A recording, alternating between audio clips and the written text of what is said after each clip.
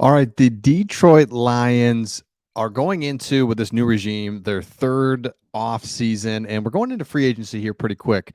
Pride of Detroit did a great article. Wanted to highlight it. Love it. They graded the Brett Holmes first two free agent classes, and the reason I really like this article is because the first 2 years, out of necessity, because of the Quinn Trisha era, he had to be super strategic, had to be really smart about what he was doing. And if you look at what Brad Holmes and Dan Campbell have said this offseason, they kind of keep saying that, Brad Holmes, we're always going to be very strategic and selective with our approach, regardless of how many resources we have, blah, blah, blah, blah. And Dan Campbell, kind of same thing, right? We're not going to acquire the high level guys. You're paying for most of these guys because they were rated the number one guy in that position. So, point is, they keep saying they're going to be strategic and whatever. And I'm just so curious to see if that's really going to hold up this off season, because the first two off seasons, they had to. You had to be like that. But I just feel like Brad Holmes comes from that Rams organization where they know when to be aggressive at the right time. Same thing with Dan Campbell, comes from Sean Payton when it comes to coaching in general. The coaching, just even in a game, you have to strike when you can. So I don't think they're going to play it safe like they keep talking about. I think they're going to actually do something here. So if you look at their first two free agencies classes and what they did in the offseason, let's take a quick look at that. Take you a blast from the past, just in a couple of years here, what's gone on. So key re-signings, Okwara, remember we re-signed him and then he gets injured. Jalen Reeves-Maybin, and oh man, key additions via trade, of course, Jared Goff and Brockers his first year here. Check out these free agent signings that he did when he first came here. Tim Boyle, in hindsight, right? And that's why we're doing this exercise. But it's like Tim Boyle, brutal. Tyrell Williams and Brashad Perriman, they were going to be our guys. Khalif Raymond, I remember we signed him. I was like, well, who is that? Well, he ends up being real solid. Josh Hill, no. Charles Harris, yes.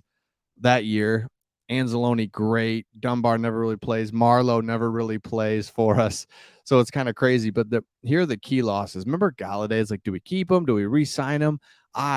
Myself, idiot, I was like, we got to keep Galladay, keep our offense good. That was the best move that he's made, really, that gone under the radar, is letting Galladay walk. See you later. 4 years, $72 million. Giants didn't even use him. I mean, it's just, oh, that was a good one. Marvin Jones, by Agnew. These guys just all go. Harmon was that old Patriot leftover.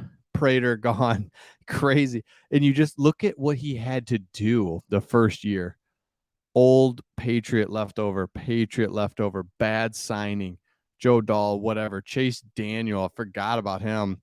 Look at what we had to do out of necessity, right? So that was year one. Overall grade a B. I mean, you get the Stafford trade, so that was really good. But I mean, what are you going to do there? Then let's look at last offseason.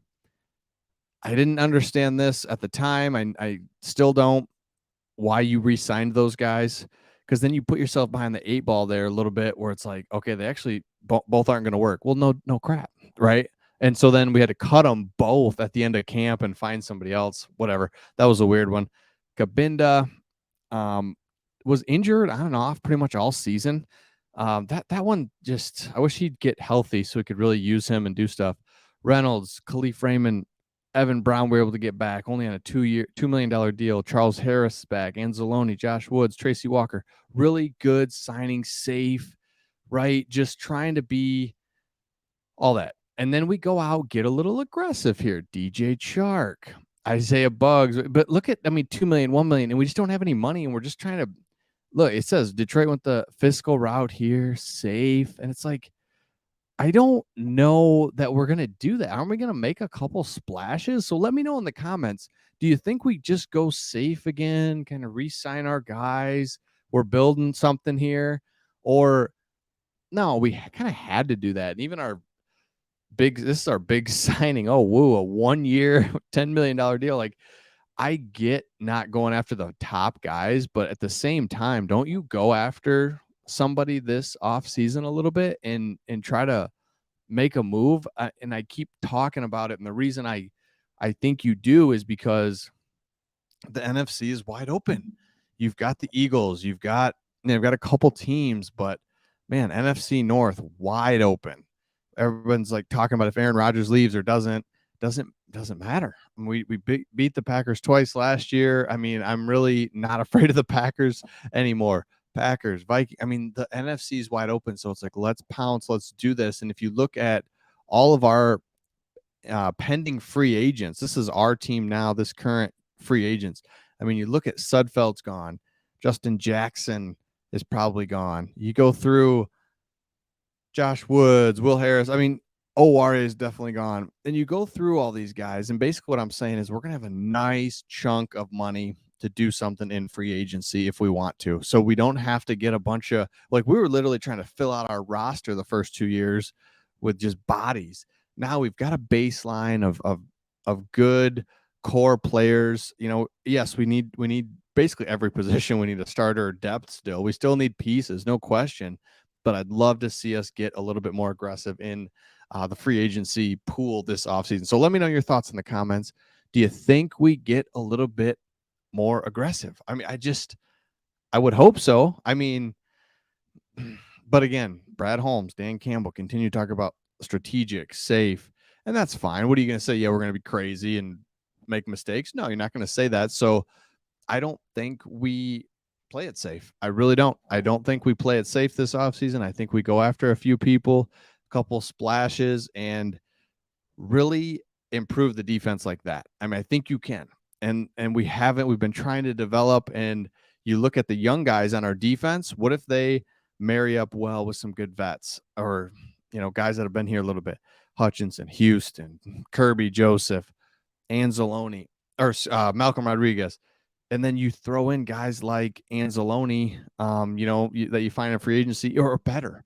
There's better linebackers out there. There's defensive linemen. Get a starting corner. Get a good safety. I'm still not trusting that Tracy Walker comes back, 100% or whatever. So let's go. Let's get some people in free agency and really improve our defense or improve areas where we have some holes. Let's just take shots there. And then when the draft comes, that's another thing. We've been able to draft really best player available, which has been nice, but we really can now because, hey, we've got everybody, kind of that baseline of players is set, that depth piece. So now you can go draft a good guy. Don't have to sit around waiting for, I don't know. We literally we literally didn't have a linebacker last year. Thankfully, we find a sixth rounder that fills that hole. But what do you do if you don't find Malcolm Rodriguez? Barnes couldn't have done it this year. I mean, he's just not a starting linebacker.